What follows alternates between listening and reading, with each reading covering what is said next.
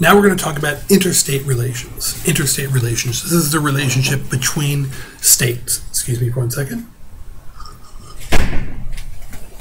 That was my little commercial for College of the Canyons cup. Unfortunately, it's backwards. Okay. Another part of the Constitution is something referred to as the full faith and credit clause. The full faith and credit clause. And basically what it says is this, that states must respect and I'm giving you the quote, public acts, records, and judicial proceedings of other states. That is, that the states have to respect decisions that other states have made. That doesn't mean that a state has to follow the laws that another state has made. But if they make if for example, if you look at the first thing on the list, if somebody is accused of a crime in California and they run over to Arizona, Arizona has to return that person to California. It's called extradition. They have to extradite them. That if a court has determined that somebody is either guilty of a crime or there's evidence that they may be guilty of a crime, they've been charged with a crime, the Arizona has to respect the judicial proceedings of the California courts. That if the courts have said, yes, we think this person might be guilty and we want to hold him over for trial, Arizona has to return him or her, they're female criminals, to California. Here's another example, marriage. As I said before in the earlier videos, that the states get to decide who does and doesn't get, they get to set the rules for whether someone is married or not married, right? And so, for example, you can see example 1. I married my wife in the state of California, and if I'm going on a cross-country trip, and I go ahead and I cross into Nevada, it's not like, woohoo, I'm not married anymore. I'm single, yay. I'm still married. Not only am I still married, but as far as the state of Nevada is concerned, I'm still married. Why? Because they're going to respect the public records in California. So if they have certain rules for married people, I'm going to count as married, even though I didn't get married in Nevada. Nor would I. In any case. Now, this actually raises an interesting issue, because recently, a few states have permitted people of the same sex to get married. So in theory, based on the full faith and credit clause, if 2 women or 2 men get married in, say, Washington, and then they go ahead and they move to Utah, Washington allows same-sex marriages, Utah doesn't. According to the full faith and credit clause, in theory at least, Utah should have to recognize that marriage in the same way that they would recognize my marriage to my wife if I moved to Utah. Now, what's happened recently is that some states have passed constitutional amendments. So their state constitution, they pass a constitutional amendment saying our state only recognizes marriage between a man and a woman. So now we have this clash. We have a state constitution that says we only recognize marriage between a man and a woman. And again, states have the authority to decide who does and doesn't get married. And the full faith and credit clause, it says you have to respect the public acts and records and judicial proceedings of other states. And now we have a clash. Now, how is this going to be settled? I don't know. I don't know. Eventually, this is going to go to the Supreme Court. Eventually, somebody's going to have to make a decision about whether or not other states have to respect the judicial proceedings of other states. Whether a same-sex couple gets married in Washington, whether Utah has to recognize that relationship. It still hasn't been settled in the courts, so it's up in the air. There's also another part of the Constitution that's called the Privileges and Immunities Clause. And what this part just says is that it essentially protects the rights of all citizens wherever they are in the country. So, for example, if I'm a Californian, if I go ahead and I go to Arizona,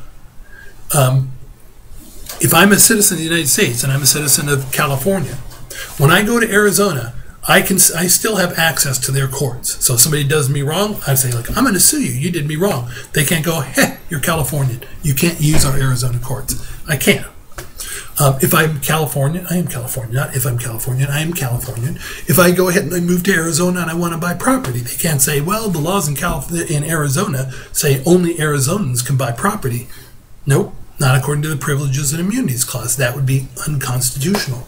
And then if I move to Arizona, they can't set a tax for me that's higher than other citizens who live in Arizona. They say, oh, Californian, we're going to charge you a higher income tax than we charge people who live here. No, they can't. But what they can do, and what maybe some of you know, is they can make the tuition higher, right? They can make the tuition higher, but there is a reason for that. There's a reason for that. If I live in California and I pay taxes in California, part of those taxes go ahead and pay for the public school system. If I go to Arizona, right, and I haven't been paying any taxes in Arizona and my kids go to the colleges, the idea is, hey, you know, we're going to jack up your tuition so that you can help pay for our school system because you haven't been contributing. But when it comes to state taxes, we all have to be treated the same. So let's move on to the next portion of this the key here, like when I was talking about same-sex marriage, is that the division of power between the national and state governments isn't like there's not this clear line and everybody knows where it starts and where it stops. It's always being negotiated. It's always being negotiated. In McCulloch versus Maryland, that court case that I talked about before, that's what was going on. The federal government and the state government were negotiating on where does national government end, what can states do. The Civil War was essentially the battle over whether the federal government was going to be able to tell the state governments what to do, right? And ultimately, at the end of the Civil War, it established the supremacy of the national government. The national government was in charge. And after that, as a matter of fact, the national government became much more powerful. One of the most significant changes after the Civil War, as a matter of fact, to help pay for the Civil War, was an addition of a constitutional amendment to allow the federal government to tax our income. That's where our income tax came from, because before that, there was no income tax. There was no federal income tax. Only states could charge an income tax, a tax on how much you make. But there's an ongoing negotiation over other policies as well. And some of them you're actually familiar with.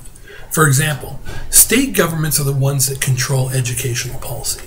As I said before, federal government, certain powers that are given to the federal government, right? Certain things that the states can't do. Everything else belongs to the states, and educational policy is one of them. So state governments control educational policy. Well, for those of you who are younger students, you know, you're familiar with No Child Left Behind because you had to take all kinds of tests as a result of No Child Left Behind. I think they're called the STARS tests. Those tests that you had to take, those are part of No Child Left Behind. Well, what you should be asking yourself is, wait, if the state governments are in charge of educational policy, then how did the federal government make states do this No Child Left Behind stuff? How are they able to make states go ahead and test students and follow these rules? Well, as it turns out, the federal government every year provides states with money for education. So what they said was, look, we can't tell you what to do on educational policy because that's your responsibility. But if you don't go ahead and adopt No Child Left Behind and all the rules that go along with it, then what we're going to do is we're going to cut out the amount of money you get. We're going to reduce the amount of money we give you every year. So the state governments volunteered to adopt the federal standards and to do the testing the way the federal government wanted. Why do I say volunteered? Because basically the federal government was sort of dangling that money in front of them and said, oh, you can do what you want. This is entirely up to you. You can handle this any way you want. But if you don't, I'm not giving you any money. And so ultimately the states, many of the states wound up adopting No Child, I mean, I think every state did, adopted No Child Left Behind. Then that's how they were able to get it done. And this happens all the time. In the next video, I'll give you another example, and then we'll finish up this lecture completely.